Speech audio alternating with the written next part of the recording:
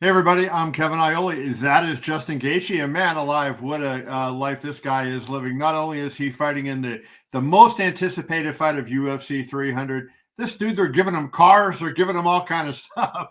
Justin Gaethje, welcome. Yep. Appreciate you It, joining me. it's crazy how much people pay for interactions. I love it. So you're fighting Max Holloway, UFC 300. That fight, I'm doing a little poll that's going on now. I think we have close to 11,000 votes.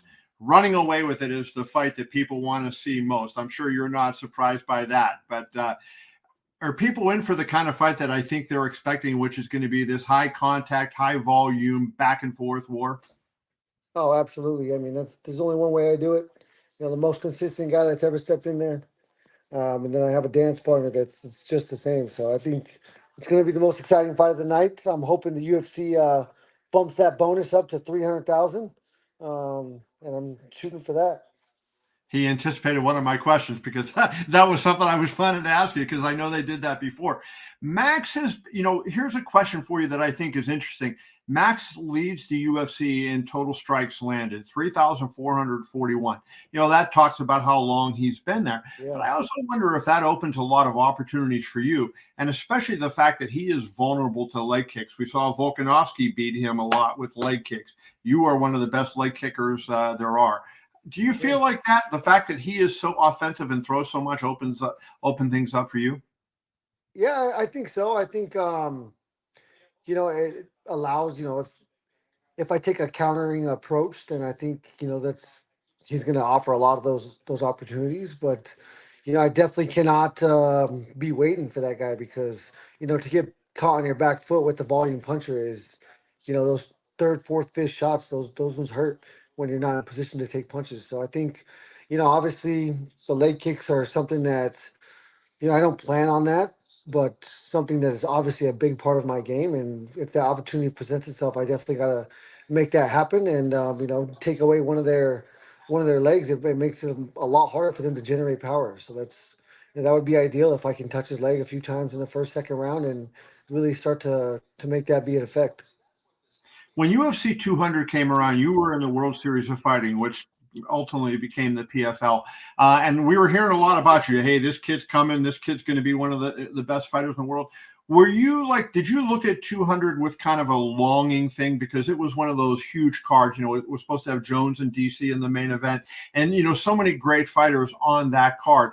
As a person who was on the outside then, did you have angst like, hey, I wish I could be on something like that? And given that, what does it mean to you to now be in such a prominent position on Yeah, three? I mean, I think when I was in that position, I was just such a fan of the sport that I just loved watching fights. And that fight was special. That whole card was special, and this one's even more so. I think. The caliber of fighters on this card is insane. I think anybody in attendance is going to be going to have a lifetime experience that they're going to remember forever. And I'm happy to be a part of that experience for them. You're a professional athlete and you know how to control your emotions, but I wonder if it's going to be a little harder this time just because A, of the stakes, and B, of the circumstance, right? The biggest show in the history of the UFC. Will that add a little bit, and will it take you maybe to calm yourself down a little bit before you make the walk?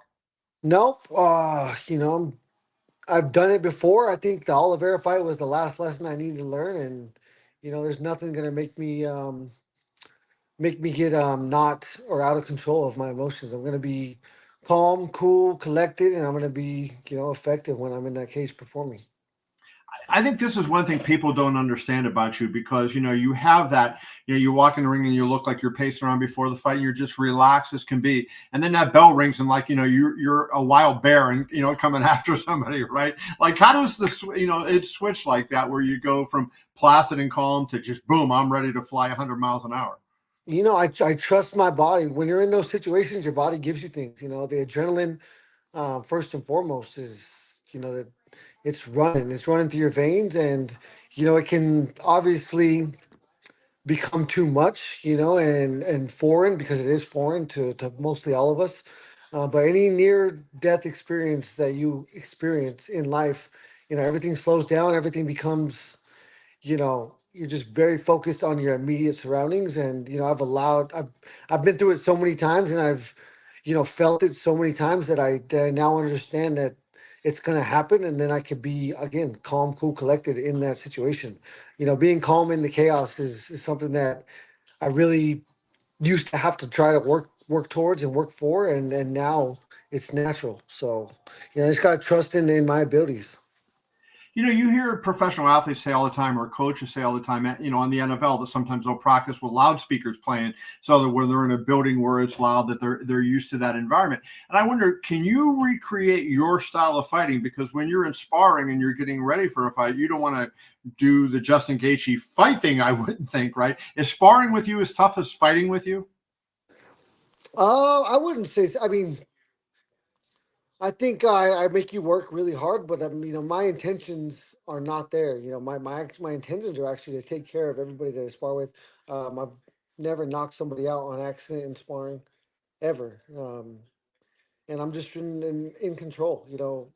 I'm constantly putting my shots there and pulling them when they get there. And the more experience you have doing this, the more you understand how much control you have of your body. So the intentions are never there to hurt somebody. And luckily I have sparring partners that have those same intentions. But it's just a cardio workout. You're trying to push yourself, get really tired, get exhausted, put yourself into positions that you wouldn't normally be in, so that if those do arise, you're not, it's not a first time experience. So um, obviously I'm intense, but I work really hard not to hurt people in sparring.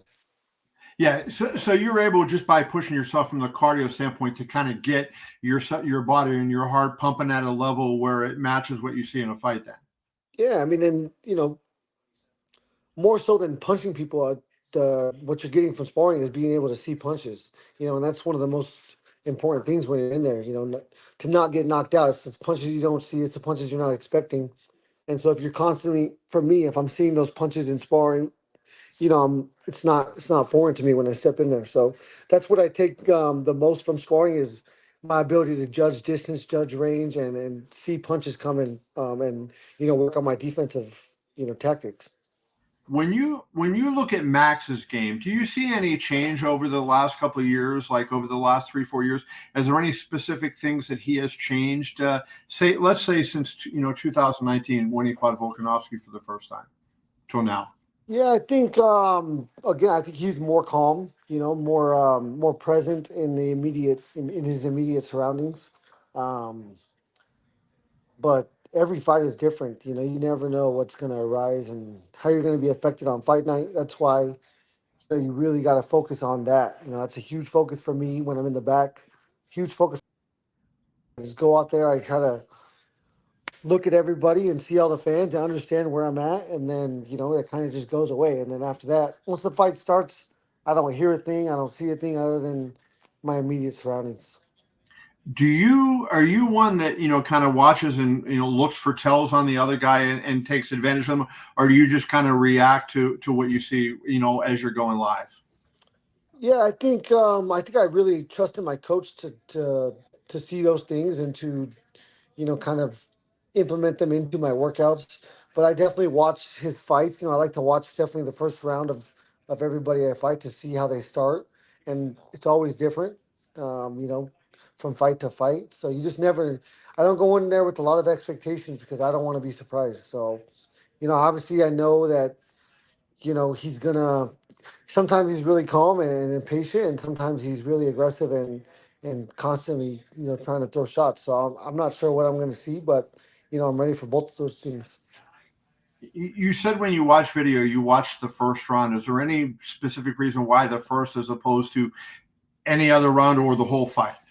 Yeah, I think even more so the first round. I think it's more like the first minute or the first 2 minutes because you know outside of that, the way the fight's going is going to dictate their actions, and you never know how that's going to happen. So I can't judge them in the third round fighting somebody that's not me, because I don't think that matters. The first 2 minutes are very important because that's who they are. That's when they're the most explosive. That's when they're the most creative. That's when they haven't made adjustments, and so that's really the most important part of a fight. It's all momentum, and so I'm trying to not allow them to gain momentum in those first 2 or 3 minutes.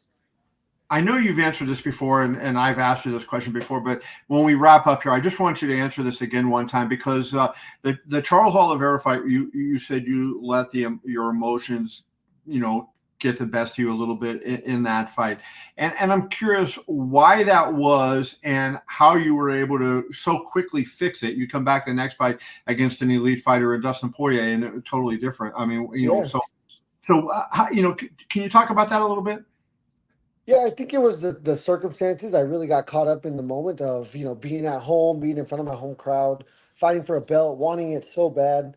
But, I've pretty, learned some pretty serious, you know, there's some consequences when you get too caught up in the moment. The harder you try, the worse you do Yeah, in some things. And this is one of those things, it doesn't matter how much you want it. The fight is the fight, and the fight's going to happen. So, wanting it, wanting to win, wanting to be the champion, none of that matters when you're actually in there. So, again, it was the last lesson I needed to learn. It wasn't the first time I experienced it, but it will certainly be the last time. of course. That is the BMF champion, Justin Gaethje, UFC 300, only a week away right now. UFC 300 on April 13th. I can't even talk anymore at Yeah. T-Mobile in Las Vegas. Justin, appreciate you, brother. Thanks. Yes, sir. Have a great day. Thank you. See you, bud.